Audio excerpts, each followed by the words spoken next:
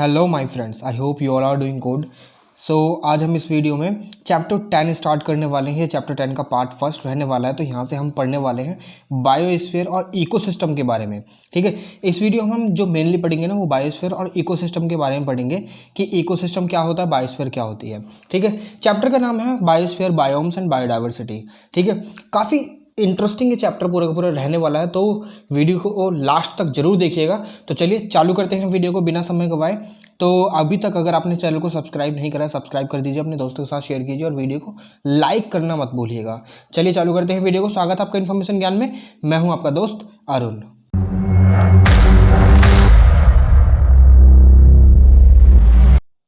देखिए, ये जो चैप्टर है काफ़ी ज़्यादा महत्वपूर्ण है, बहुत ज़्यादा। ये कहीं ना कहीं सिग्निफिकेंस जो है इसकी बहुत ज़्यादा है आपकी जो ये ना आपकी बुक में, क्योंकि ये जो चैप्टर है ना यहाँ से आपके जो MCQs है वो ही बनने वाले हैं। क्योंकि ये आपका जो है ना मल्टीपल चॉइस क्वेश्चन जो आपके जो एग्जामिनेशन में आने वाले हैं ना ऑन डिमांड, चाहे फिर वो ऑन डिमांड हो या फिर वो जो पब्लिक एग्जामिनेशन हो, ठीक है, तो दोनों में ही ये जो मल्टीपल चॉइस क्वेश्चन में ये रहने वाला है चैप्टर। मगर इसमें से ये मैं सिग्निफिकेंट क्यों बता रहा हूँ इस चैप्टर को, वो इसलिए क्योंकि ये कहीं ना कहीं हमारी लाइफ से कनेक्टेड है।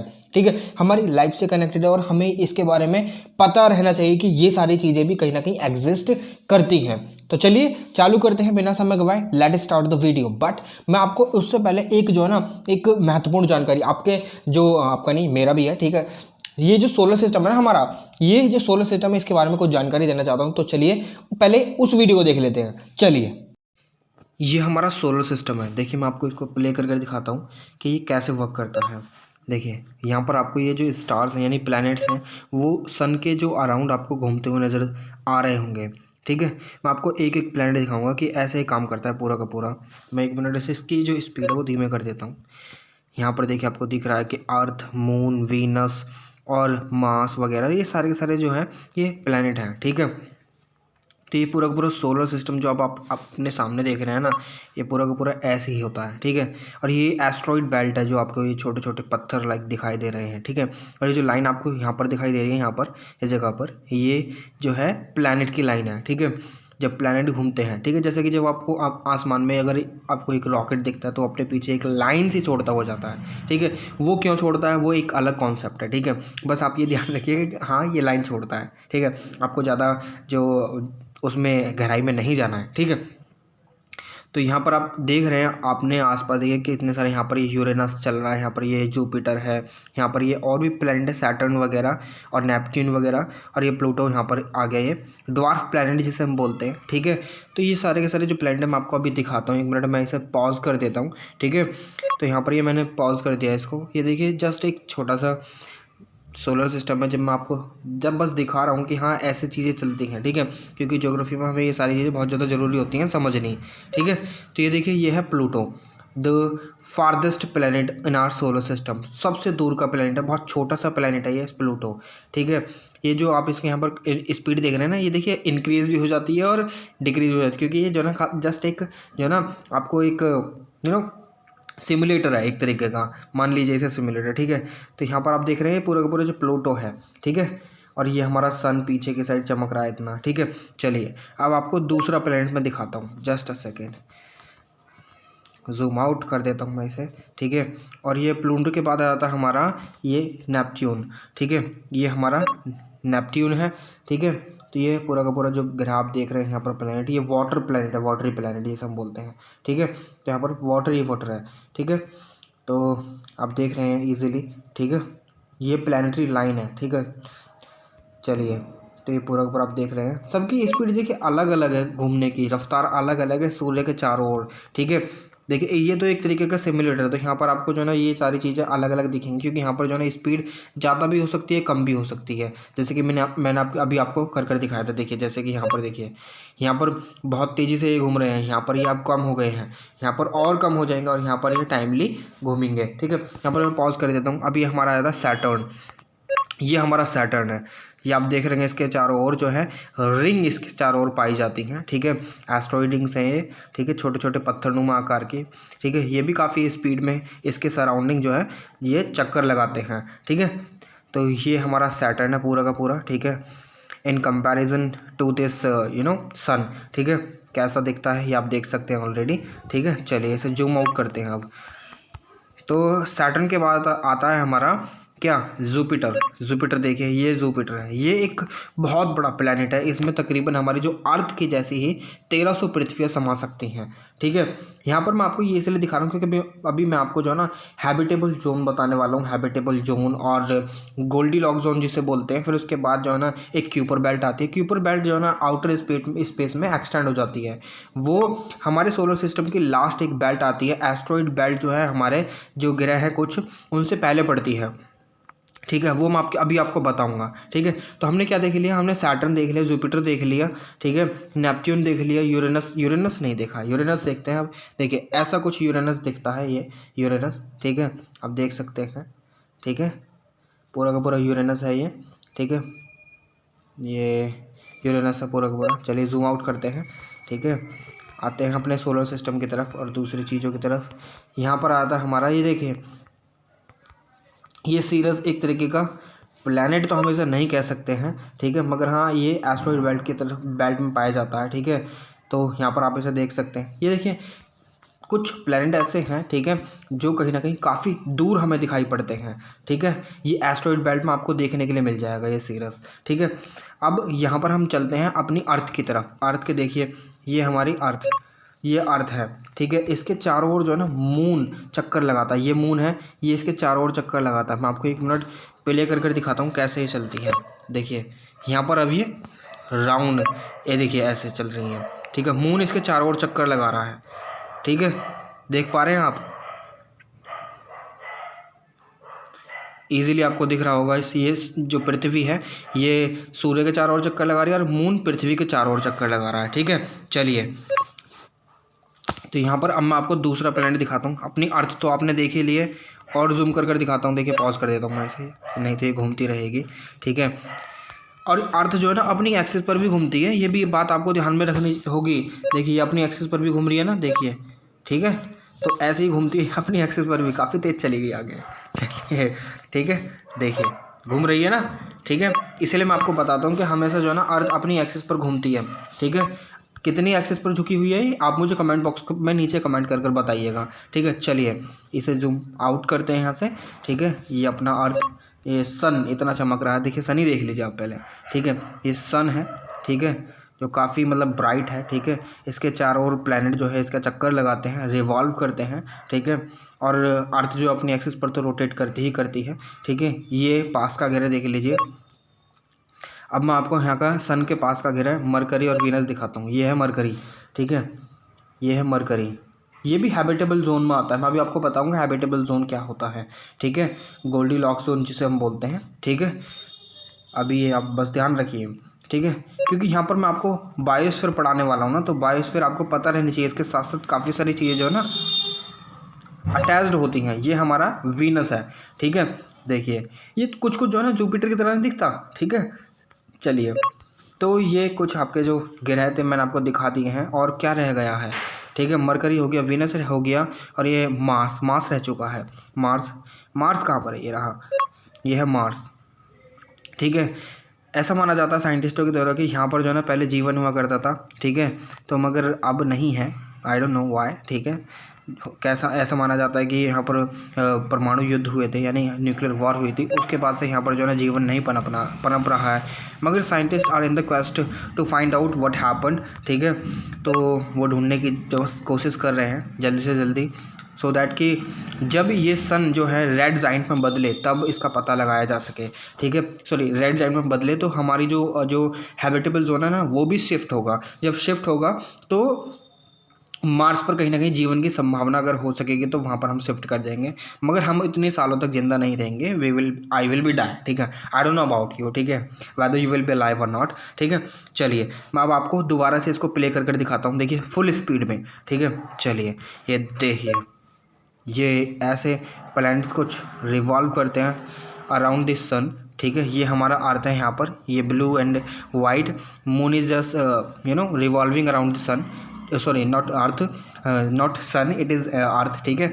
चलिए तो आपको यहाँ पर दिख ही रहा होगा। तो ये कुछ इस तरीके का हमारा सोलर सिस्टम दिखता। तो चलिए अब तो चलिए आप अपनी जो क्लास की तरफ थोड़ा सा रुख करते हैं, मुड़ते हैं उसकी तरफ, चलिए ठीक है। अब देखिए जितने भी आपको मैंने सोलर सिस्टम ये बताया है, इसमें कहीं ना कहीं आपको इतने सारे जो प्लैनेट्स हैं ये आपको दिख रहे हैं। आपको इसमें एक जो है एक एस्ट्रॉइड बेल्ट आपको दिखी होगी, जिसमें एक सिरस नाम का एक प्लैनेट लाइक स्ट्रक्चर है उसकी, पूरे का पूरा जो गोल मटोल है वो, ठीक है। मगर हाँ ठीक है, अब इसमें जो है ना काफ़ी सारे जो प्लैनेट्स मैंने आपको दिखाए हैं, इसमें एक प्लैनेट है that is the dwarf planet जिसे हम बोलते हैं, ठीक है, जो कि एक farthest planet of our solar system है। अब ये जो उसके बाद जो है एक बेल्ट पड़ती है that is the Kuiper belt. Kuiper belt एक आउटर स्पेस बेल्ट होती है, इसमें कहीं ना कहीं काफ़ी सारे जो एस्ट्रॉइड हैं वो भी वहाँ पर पाए जाते हैं, ठीक है। अब ये सारी चीज़ें जो ना आपको मैंने ये सोलर सिस्टम इसलिए बताया ताकि आपको एक तरीके से एक आइडिया लग जाए, क्योंकि मैं अब काफ़ी ज़्यादा इंपॉर्टेंट बात आपसे करने वाला हूँ, क्योंकि मैं आपको हैबिटेबल जोन दिखाने वाला हूँ, आपको क्या नाम है जो गोल्डीलॉक जोन जिसे हम बोलते हैं, आपको ये बताने वाला हूँ कि ये हैबिटेबल जोन किस तरीके की है, कैसे कैसे बहुत सारी चीज़ें मैं आपको बताऊँगा, ठीक है। तो चलिए चालू करते हैं, तो चलिए मूव करते हैं। अब यहाँ पर देखिए ये आपको सन दिख रहा है, ये पूरा सन है, ठीक है, ये सन है। अब ये हमारे कुछ प्लैनेट्स हैं, आप देख सकते हैं ऑलरेडी। अब ये जो आप देख रहे हैं ना ये ग्रीन लाइन, इसको बोलते हैं हैबिटेबल जोन। अब मैं बताऊंगा आपको क्यों बता रहा हूँ ये सारी चीज़ें, ठीक है। इसको बोलते हैं हैबिटेबल जोन, यानी इस जोन में जितने भी प्लैनेट आएंगे वो हैबिटेबल जोन। अब ये हैबिटेबल का मतलब क्या होता है, देखिए जहाँ पर जो वाटर है ना अपनी जो एक स्टेट है that is the liquid state, उसमें सस्टेन रह सके, ठीक है। अब ये हैबिटेबल जोन वो भी है जहाँ पर अगर वाटर एयर वगैरह ये सारी चीज़ें पाई जाएंगी, दैट ऑब्वियसली वहाँ पर लाइफ फिर पनपेगी, उसका जन्म होगा लाइफ का, ठीक है। तो इसीलिए ये दो प्लैनेट जो हमारे अभी सोलर सिस्टम में हैं that is the earth and Mars, ये कहीं ना कहीं हैबिटेबल जोन में आते हैं, ठीक है। इन केस इसलिए साइंटिस्ट जो ना हमेशा ये कहते हैं कि कहीं ना कहीं जो मार्स है ना उस पर कहीं ना कहीं पहले जो ना जीवन हुआ करता था, but now it is extinct, ठीक है। तो इसीलिए यहाँ पर ये दोनों जो प्लैनेट है वो कहीं ना कहीं हमारे हैबिटेबल जोन में आते हैं। ये मरकरी हो गया, that is the closest planet of the sun, ठीक है। ये कहीं ना कहीं जो सन के बहुत ज़्यादा क्लोज है, ठीक है। फिर उसके बाद आता है वीनस, फिर उसके बाद earth that is the fourth one Mars, ठीक है। देन जुपिटर, सैटर्न, यूरेनस और नेपच्यून। देन आप ये सोचेंगे सर ये एक प्लैनेट और होता है जो आपने सोलर सिस्टम में बताया दैट इज दी जो प्लूटो है। प्लूटो एक बहुत ज़्यादा छोटा प्लैनेट है and now the planet Pluto has been discarded by the scientist, scientist के द्वारा जो है ना वो डिस्कार्ड कर दिया गया ना। साइंटिस्ट डू नॉट कंसीडर, क्या करते हैं वो उसको कंसीडर नहीं करते बिल्कुल भी कि वो एक प्लैनेट भी है, ठीक है। क्यों? क्योंकि वो काफ़ी ज़्यादा दूर भी है और कहीं ना कहीं छोटा प्लैनेट भी है, तो इसीलिए वो हम उस प्लैनेट को क्या नाम है एज अ जो है सोलर सिस्टम में हमारे में कंसीडर नहीं करते हैं। Now we have these planets only, ठीक है, in our solar system. 2 4 6 8 planet हुआ करते थे, ठीक है, होते हैं यानी अब भी हैं, ठीक है। पहले हम 9 प्लैनेट को कंसीडर करा करते थे, प्लूटो को भी कंसीडर करा करते थे, but now we do not, ठीक है। तो इसीलिए ये बात आपको समझ में आ गई। चलिए आगे बढ़ते हैं। अब देखिए ये चीज़ जो मैं आपसे बात कर रहा था ना ये है ये वो एस्ट्रॉइड बेल्ट, ठीक है, जो मैंने आपको किस में दिखाई थी, वीडियो में दिखाई है, ठीक है। किसकी? एस्ट्रॉइड बेल्ट, यानी सोलर सिस्टम की एक एस्ट्रॉइड बेल्ट। अब यहाँ पर ये नेपट्यून है, ठीक है। अब यहाँ पर आप देख रहे हैं ये देखिए ये है क्यूपर बेल्ट जो कहीं ना कहीं आउटर स्पेस से फिर आउटर स्पेस से कनेक्ट हो जाती है, ठीक है। यानी ये जो हमारा सोलर सिस्टम है ना उसके बाहर की बेल्ट है और फिर ये बहुत ज़्यादा दूर भी हो जाती है, ठीक है। तो ये आप बेल्ट देख रहे हैं, ऑलरेडी आपके पास ये सारी चीज़ें हैं, ठीक है। चलिए आगे चलें। चलिए अब आता है हमारा ये future habitable zone. In case अगर सन बहुत बड़ा हो जाता है इन फ्यूचर की बात कर रहे हैं हम, इन फ्यूचर में हमारा जो सन है वो एक सन की देखिए हर किसी की एक लाइफ स्पान होती है, ठीक है, लाइफ स्पान होती है और एक समय तक ही वो चीज़ जीवित रह सकती है। जब हमारा सन रेड जाइंट में कन्वर्ट हो जाएगा ना, रेड जाइंट में कन्वर्ट हो जाएगा यानी उसकी जो ऊर्जा लेवल बहुत हैवी हो जाएगी, उस समय पर काफ़ी सारे जो प्लैनेट जो है इसके अंदर समा जाएंगे। देन हमारा जो हैबिटेबल जोन होगा वो शिफ्ट करेगा। जब वो शिफ्ट करेगा, नॉट शिफ्ट इट्स शिफ्ट, ठीक है, जब वो शिफ्ट करेगा तो उसमें फिर हमारे हैबिटेबल जोन में जुपिटर और सैटर्न आएंगे, ठीक है। आज भी हम जो सैटर्न का जो एक ग्रह है यानी उपग्रह जैसे हम बोलते हैं दैट इज द मून, ठीक है, सैटर्न का मून है, उसका मुझे नाम याद नहीं, बट हाँ उस पर जो है ना साइंटिस्ट जो है ना कहीं जो है वो जीवन खोजने की आसार वहाँ पर दिख रहे हैं, ठीक है, जीवन खोजने की वो कहीं ना कहीं कोशिश कर रहे हैं। ठीक है, चलिए आगे चलते हैं, ये आपको पता ही है। ठीक है, चलिए अब बात करते हैं, मैंने आपको ये सारी चीज़ें बताई आखिर क्यों हैं, ये बात करते हैं अब हम। देखिए, we know already, we are going to learn about biosphere. ठीक है, और इकोसिस्टम। ना बायोस्फीयर जो होता है वो it is the combination part of three, that is the lithosphere और हाइड्रोस्फीयर और हमारा जो है एटमॉस्फेयर। अब मैं आपको दिखाता हूँ, जस्ट अ सेकेंड।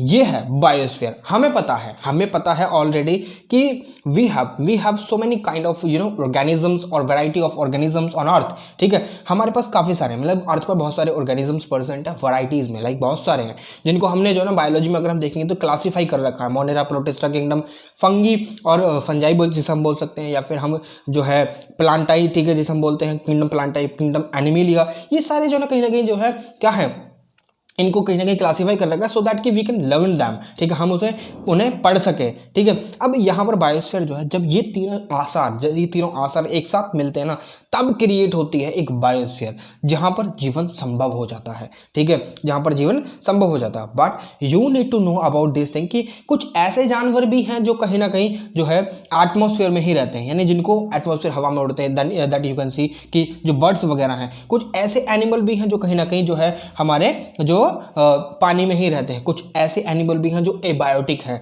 ठीक है, सॉरी एनारोबिक हैं। एनारोबिक माने जिनको हवा की जरूरत नहीं पड़ती सांस लेने के लिए, बैक्टीरिया वगैरह जितने भी आते हैं। ठीक है, कुछ ऐसे भी हैं एरोबिक, जैसे कि हम एरोबिक, हम सांस लेते हैं। ठीक है, तो ऐसे ही चीजें आपको यहाँ पर देखने के लिए मिलेंगी। ठीक है, अब कुछ ऐसे भी जो है कहीं ना कहीं एनिमल्स हैं, प्रेजेंट हैं हमारी अर्थ पर, जो कहीं ना कहीं पानी और जो धरती है उस पर दोनों पर रहते हैं। दैट इज दी, क्या नाम है उनको, हम क्या बोलते हैं, एम्फीबियंस बोलते हैं। ठीक है, एम्फीबियंस बोलते हैं।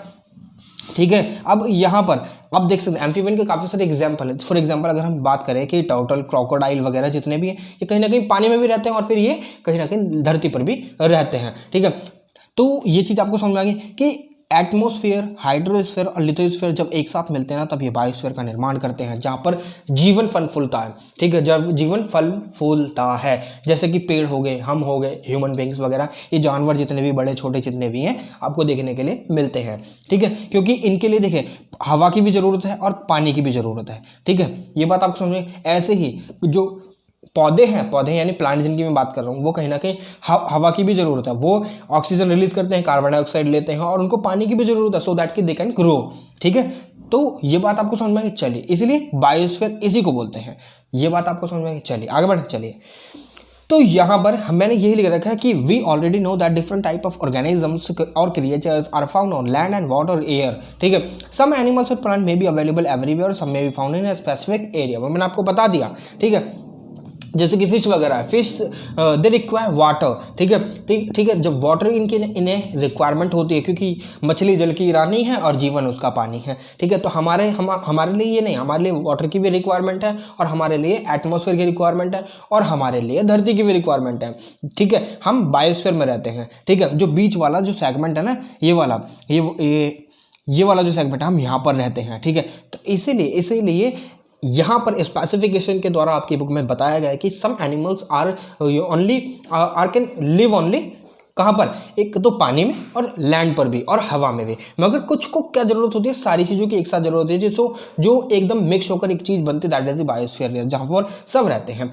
All this inquire about an area where land water air available is called biosphere reserve. ठीक है, फॉर एग्जाम्पल अगर हम छोटी सी संदर्भ में बात करें, the narrow zone of contact between land water air where life exist is called biosphere reserve, जहां पर लाइफ एग्जिस्ट करती है। ठीक है, यू गॉट इट। चलिए आगे बढ़ते हैं फिर।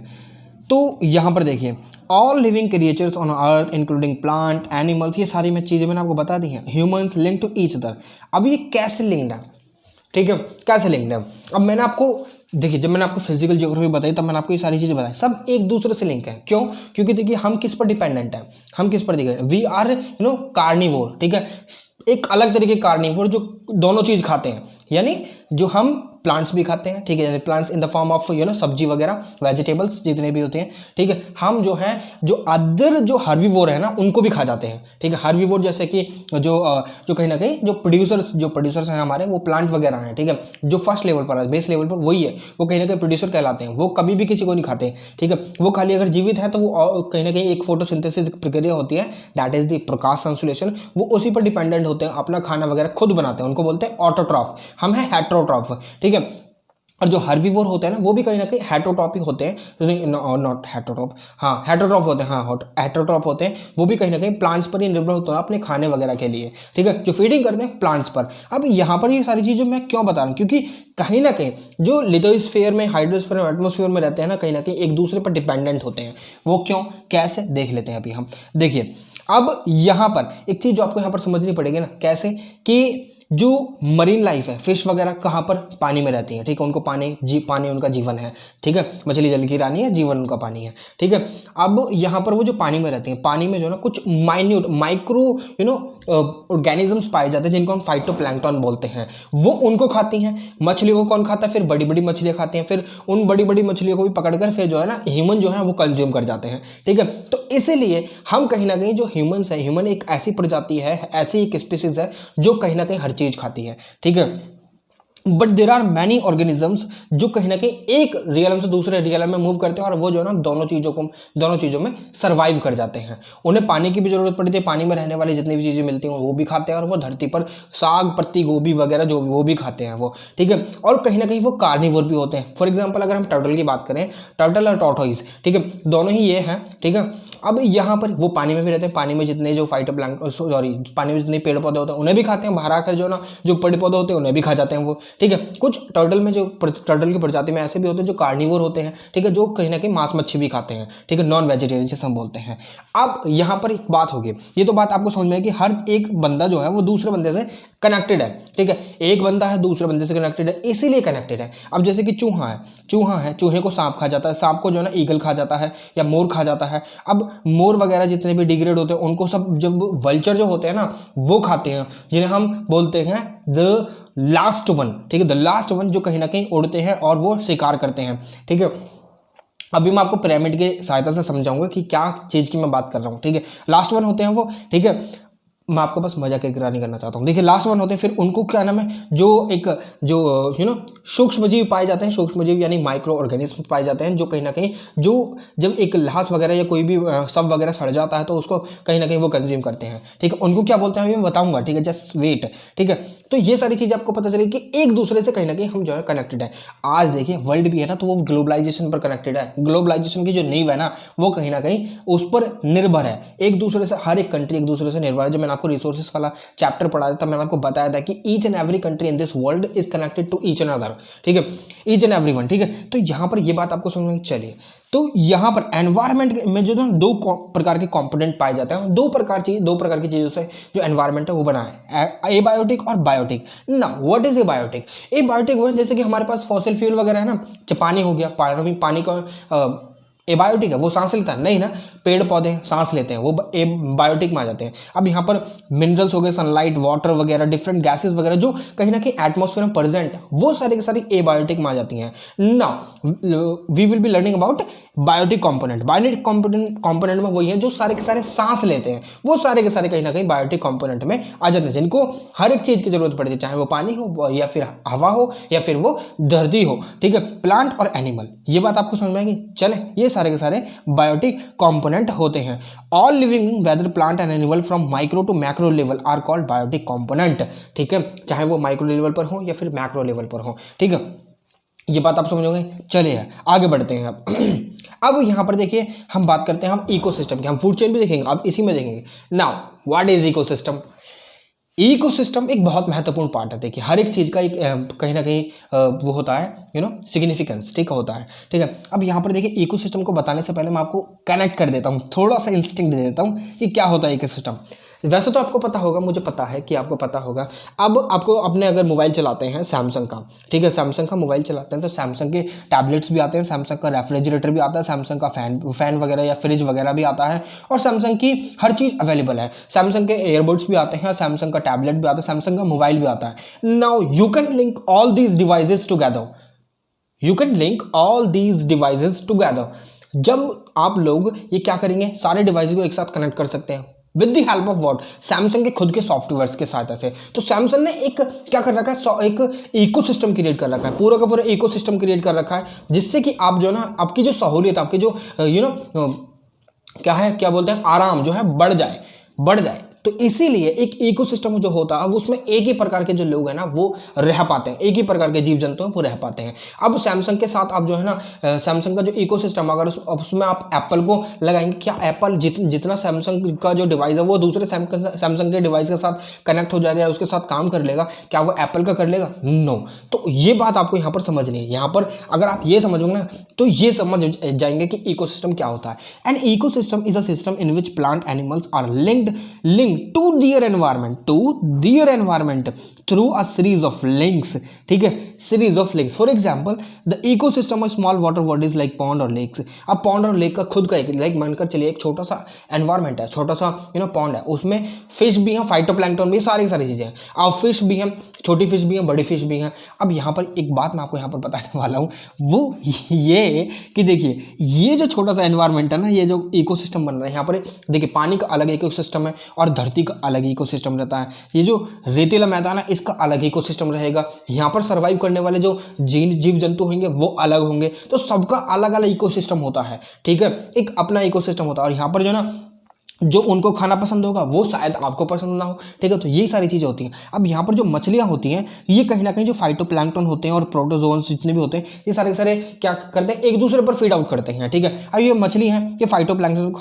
खा जाती हैं। अब ये जो इन मछलियों को छोटे छोटे जो है जो दूसरे जो जीव हैं, यानी इनसे बड़ी जो मछलियाँ हैं सीनियर लेवल की, वो खा जाती हैं। अब उनको पकड़ कर जो है ना ह्यूमन्स ले जाते हैं पानी में से, ठीक है, वो कंज्यूम कर जाते हैं, ठीक है। अब ह्यूमन्स का अलग इकोसिस्टम बनता है। यानी यहाँ पर हमें ये देखने के लिए मिलता है चाहे वो प्लांट हो या फिर एनिमल्स हो, वो एक अपने एनवायरनमेंट में एक दूसरे से एक सीरीज से कनेक्टेड है, ठीक है, एक दूसरे पर निर्भर है और उसी को एक इकोसिस्टम बना देते हैं। जैसे कि मैंने आपको बताया सैमसंग का एक डिवाइस अपने सारे डिवाइस से कनेक्ट हो जाएगा, खाली वो सैमसंग का होना चाहिए, क्योंकि सैमसंग का एक सॉफ्टवेयर सारे के सारे जो सैमसंग के प्रोडक्ट्स हैं उनमें काम करेगा, ठीक है। ये बात आपको समझ आएगी। चलिए इकोसिस्टम समझ में आ गया ना। चलिए वैरायटी ऑफ एग्जांपल्स मेरे पास है, ठीक है, ये पूरा का पूरा आप देख सकते हैं, ठीक है, पूरा का पूरा जो है ना मैं आपको समझा देता हूँ। अब जहाँ पर ये तीनों भी लिंक है, एटमॉस्फेयर, ये लिथोस्फीयर और ये हाइड्रोस्फीयर, तो यहाँ पर एक बायोस्फीयर बन जाएगी जहाँ पर लोग रहते हैं, यानी हम जैसे इंसान रहते हैं और जो दूसरे जो जानवर हैं वो भी रहते हैं। जैसे कि यहाँ पर ये देख रहे हैं आप, ठीक है,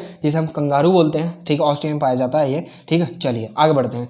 अब देखिए इकोसिस्टम एक फूड चेन होती है जो कहीं ना कहीं बहुत ही ज़्यादा महत्वपूर्ण रोल प्ले करती है कि जो सारे के सारे लिविंग बीइंग है ना एक दूसरे से कनेक्टेड होते हैं, एक दूसरे के ऊपर फीड आउट करते हैं, ठीक है।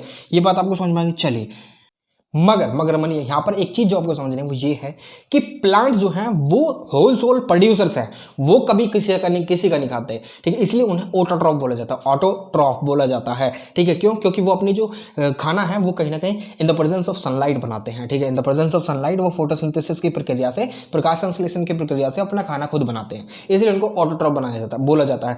चाहे फिर वो कहाँ, चाहे फिर वो माइक्रो लेवल के ऑर्गेनिजम्स हो यानी छोटे छोटे सूक्ष्म जीव हों, या फिर वो मैक्रो लेवल के यानी बड़े बड़े जानवर हों, चाहे फिर वो डायनासोर क्यों ना हो, पहले के जितने भी जीव थे सब कहीं ना कहीं एक दूसरे पर निर्भर होते करते। मगर जो प्लांट्स हैं उन पर हर एक जीव निर्भर है। वो कैसे? देखिए इन द सेंस अब मानकर चलिए चूहा या कुछ भी मान लीजिए, कौन सा एग्जांपल दूं आपको, ये वाला एग्जांपल देखिए, यहाँ पर देखिए प्लांट्स हैं, ये प्लांट्स होलसेल प्रोड्यूसर्स, किसी को भी डिपेंड नहीं। अब ये ग्रास हॉपर प्लांट्स को खाता है, ठीक है, प्लांट्स को खा गया।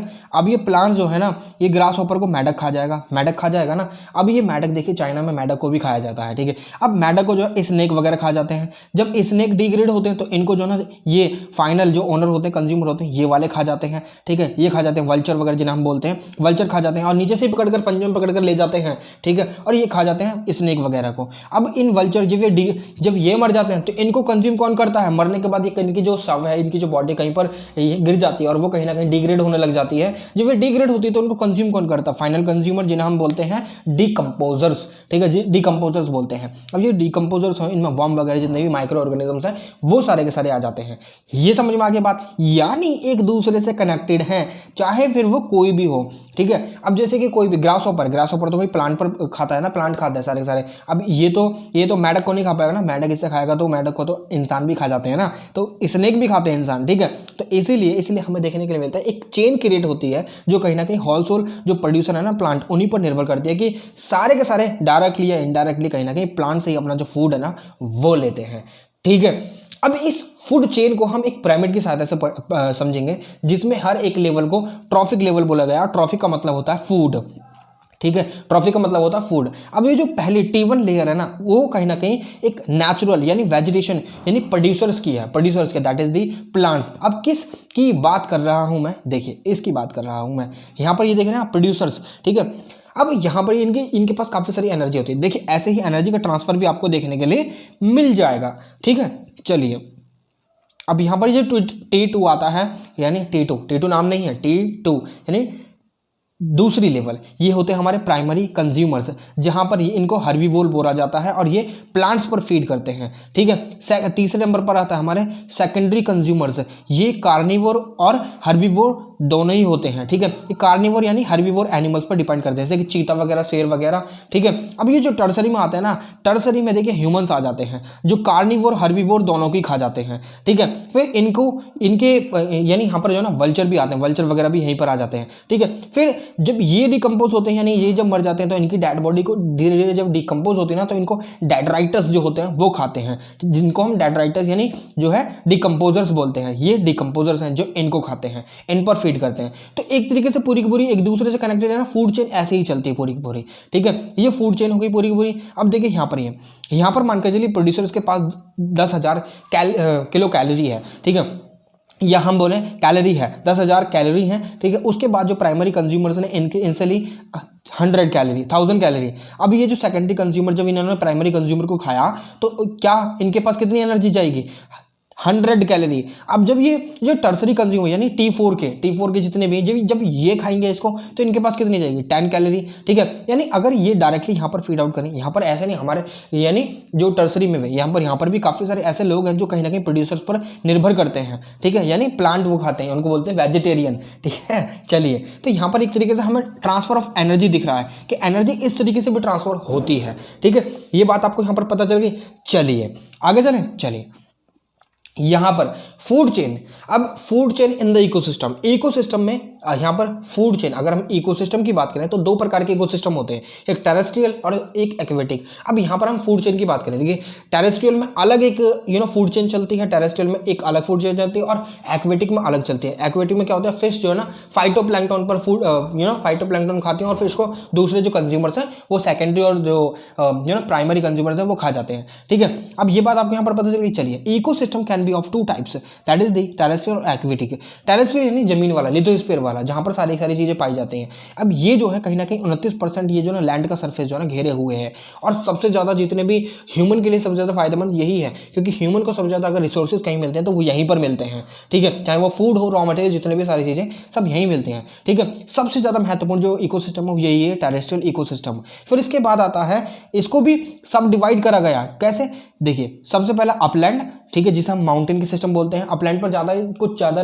रिसोर्सेज वगैरह भी नहीं पाए जाते और यहाँ पर ठंड बहुत होती है और एयर प्रेशर भी बहुत ज्यादा नहीं होता है, ठीक है। लोलैंड इकोसिस्टम सबसे महत्वपूर्ण यही है, लोलैंड इकोसिस्टम। यहाँ पर हर तरह की चीजें पाई जाती हैं, जैसे कि गंजेटिक प्लेन, जो प्लेन वाले एरियाज होते हैं ना वहाँ पर सारी चीज मिलती है, ठीक है, लोलैंड, ठीक है। और यहाँ पर हैबिटेबल जोन जो ना काफी अच्छा होता है और यहाँ पर हर तरीके की चीजें मिल जाती हैं, सारी चीजें।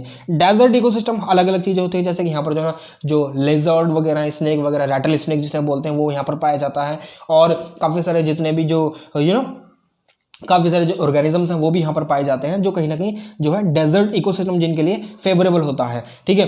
अब उसके बाद आता है हमारा एक्वेटिक इकोसिस्टम, जो कहीं ना कहीं पानी वाला है। अब ये जो ना धरती का तकरीबन 71% जो हिस्सा है ना उसको घेरे हुए हैं। अब इकोसिस्टम ये वाला एक्वेटिक इकोसिस्टम में कौन आता है ये तो आपको पता ही है। अब इसमें भी इसको कहीं ना कहीं काफ़ी सारे भागों में डिवाइड कर रखा है, that is the fresh water, estuarine और मरीन। ठीक है, फ्रेश वाटर, एस्टुराइन और मरीन। मरीन समुद्री, फ्रेश वाटर तो आपको पता ही है, एस्टुराइन यानी मुहाना, जहां पर फ्रेश वाटर और जो सॉल्ट वाटर एक साथ मिलते हैं। ठीक है, या फिर हम इसे बोल सकते हैं, ये जो एस्टुराइन है इसको बोलते हैं डेल्टिक जोन, जैसे कि सुंदरबन डेल्टा हो गए। ठीक है, तो यहाँ पर जो है ना फ्रेश वाटर जो रिवर्स हैं, जैसे गंगा रिवर जो है, ब्रह्मपुत्र रिवर, वो अपना जो पानी जो है वो कहीं ना कहीं एक तरीके की एस्टुरी फॉर्म करती हैं ये। ठीक है, जहाँ पर जो बे ऑफ बंगाल है वो मिलता है, बे ऑफ बंगाल तो सॉल्टी वाटर है उसमें। ठीक है, यानी वहाँ पर जो है ना बहुत कम सॉल्टी वाटर पाया जाता है एज कम्पेयर टू दी जो अरेबियन सी है वो। ठीक है, क्योंकि अरेबियन सी में जो है ना ज़्यादातर जो फ्रेश वाटर जो नदियाँ हैं वो ज़्यादा नहीं गिरती हैं। ठीक है, मगर यहाँ पर जो हमें काफ़ी सारी नदियाँ देखने के लिए मिलती हैं, तो यहाँ पर जो है ना अरेबियन सी में जो है काफ़ी ज़्यादा जो फ्रेश वाटर वहाँ पर मिलता है, तो वहाँ पर उसकी जो सैलिनिटी है वो बहुत कम है। मैंने आपको सैलिनिटी वाले चैप्टर में काफ़ी सारी चीज़ें बता दी हैं इस संदर्भ में। ठीक है, तो यहाँ पर जो एस्टुराइन जो जोन होता है ना वो उसी को बोलते हैं। ठीक है, चलिए अब आगे बढ़ते हैं। In terms of size, range, देखिए ओपन सी, लेक और पोंड। ठीक है, लेक, पोंड और ओपन सी का जो इकोसिस्टम है सबका अलग अलग रहता है। लेक और पोंड का एक तरीके से फ्लरिश करने वाला होता है, क्योंकि इसमें जो है ना चीज़ें ऐड भी होती हैं और कहीं ना कहीं चीज़ें जो है ना एवापरेट भी हो जाती हैं। मगर यहाँ पर ओपन सी जो है ना, जो एक्वेटिक से इकोसिस्टम होता है उसमें जो है ना जो बायोडाइवर्सिटी है वो काफ़ी सारी देखने के लिए मिलती है, हमें पता है। मगर वो कहाँ पर, जो शेल्स, छिलछिले जो पानी है, या फिर पॉन्ड या फिर लेक, इनमें ज़्यादा आपको देखने के लिए मिलेगी। मगर जहाँ पर गहराई, यानी अगर हम बात करें कॉन्टिनेंटल शेल्फ्स हो गए या फिर कॉन्टिनेंटल स्लोप हो गए, कॉन्टिनेंटल स्लोप पे आपको नहीं देखने के लिए मिलेगी, अब बाइसल प्लेन पर ज़्यादा नहीं देखने के लिए, क्योंकि बाइसल प्लेन बहुत ज़्यादा गहरे होते हैं। ठीक है, या फिर एक जो डीपेस्ट पॉइंट है हमारे अर्थ पर, that is the Mariana trench. ठीक है, वो काफ़ी ज़्यादा डीपेस्ट पॉइंट है, मगर जो है वहाँ पर भी आपको ज़्यादा जो लाइफ है देखने के लिए नहीं मिलेगी। इसलिए आपको अगर जो बायोडाइवर्सिटी देखने के लिए मिलेगी ना, बायोडाइवर्सिटी इन एक्वेटिक इकोसिस्टम, वो आपको कहाँ पर देखने के लिए मिलेगी, या तो लेक में या फिर पॉन्ड में, और या फिर जो है छिलछिले पानी, जो दरदरा पानी होता है ना, यानी जो ज़्यादा गहराई नहीं होती है, तो वहाँ पर आपको सही से जो बायोडाइवर्सिटी देखने के लिए मिलेगी, जैसे कोरल रीफ्स वगैरह या फिश वगैरह, क्योंकि जो फिश है वो कोरल रीफ्स पर भी डिपेंड करते हैं अपने खाने के लिए। ठीक है, तो ये बात आपको पता चल गई। चलिए, तो यहाँ लिख रखा है प्रोडक्टिविटी सबसे ज़्यादा अगर किसी की होती है तो वो एस्टुराइन, शैलो वाटर या फिर कॉन्टिनेंटल शेल्फ हम बोलते हैं, ये सब ज़्यादा प्रोडक्टिव होते हैं।